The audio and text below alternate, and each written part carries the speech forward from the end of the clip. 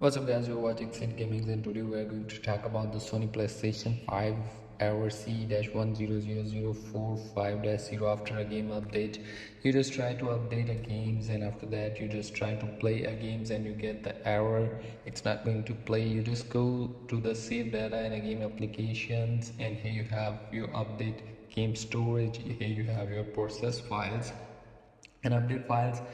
Sorry, not the update files, your gameplay process file, progress files, and here you can just delete it and try it again and play it again, your gameplay. And here you have the games and applications. Here you have all data, games, applications, media gallery.